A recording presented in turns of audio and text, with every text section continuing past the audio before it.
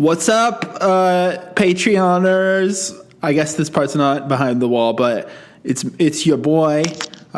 Just really embarrassing. I feel already ashamed of myself for saying that. We got a special returning friend of the pod. I think it's memer season again because I'm just getting all the memers coming on lately. I don't give a shit about you whiners out there. But yeah, we got returning guests. It's our good friend, Jeff, a.k.a. Control. Welcome back, Jeff. Hey, what's going on? And you are so since you were on the pod, a lot has happened. You've started your own pod, right? That's right. I guess we'll allow it. Like, it seems a bit like, every time someone talks to us, they go start their own pod, and I'm over here like, what the fuck, bro?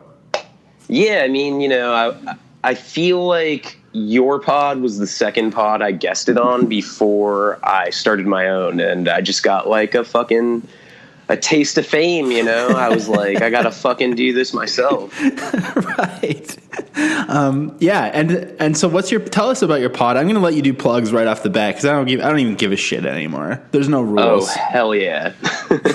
So yeah, my pod is, like a loosely based, like music pod, comedy pod with, another memer, Wipe Ya Docs Off, Jacob, who you guys have had as a guest before as well, too, I believe. Yeah. So it's me, Jacob, and our friend Aaron. And, we just, it's kind of like our Instagram account vibes, just audio form. And the riffing is good, get some guests up in it. Hell yeah.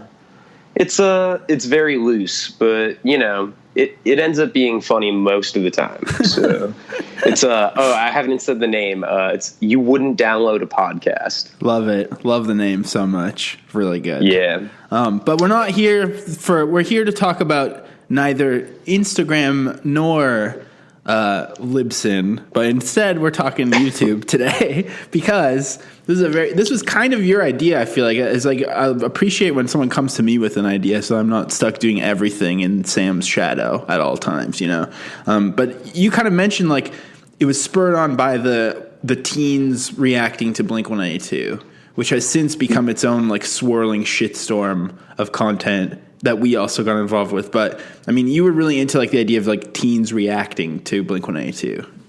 Well, that was the thing. So even before that Blink-182 teens react video, the new one that came out happened, I was always like really into those, like there's like teens react, parents react, and there's like a huge series of them, like seeing if people recognize like pop punk songs from the 2000s, which I always thought was like very fucking funny. Like, of course they're not going to fucking know it. They're like 11 years old. Like, yeah. You know what I mean? Like, there's that one kid in the Blank video who has the, like, I'm an atheist shirt or whatever. Yeah. And they reuse these kids. These kids are all in, like, the pop punk video ones also. Oh, my God, really? It's just, like, child labor?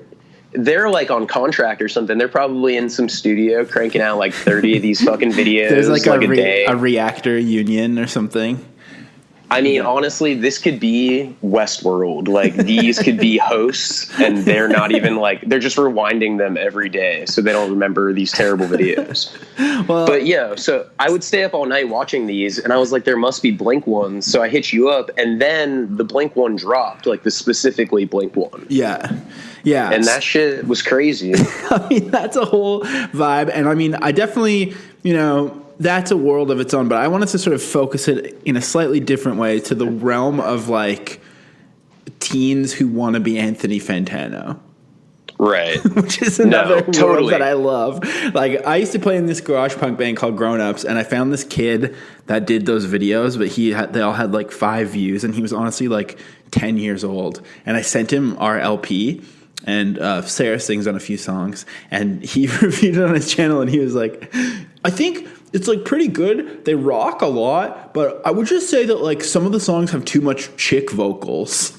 It's Damn, like, so dude. funny. But then unfortunately, maybe I shared it too much and he thought he was being roasted, but he deleted his channel. So that's gone. But I love like what brings these kids, like, it's mostly kids, I think, but we have some adults too. But what brings like a 10-year-old to be like, I'm going to become a music journalist right now? I mean, I guess why does anyone say that is another good question. I mean, I agree, but then when I think back to when I was 10, so I'm 10, Napster's like a year or two away.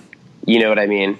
We would just talk shit about albums like with your friends, and I could see if I had no friends how I would want to put that on the internet. It's true. Now, you know.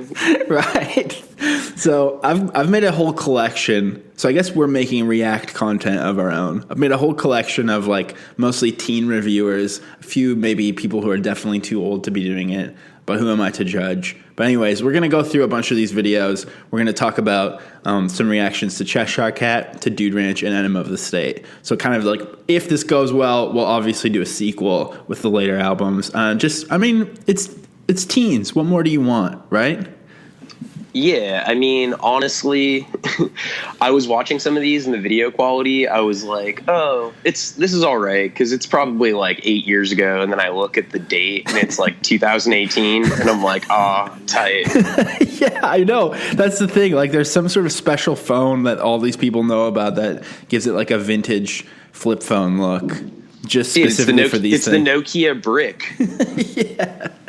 They're recording it on that. So hit us up, patreon.com/Blink-155 if you want to watch this riveting, or listen to us watch this riveting content. And we'll go behind the paywall right now. All right, Jeff, tell me this. Who you got beef with in the nation?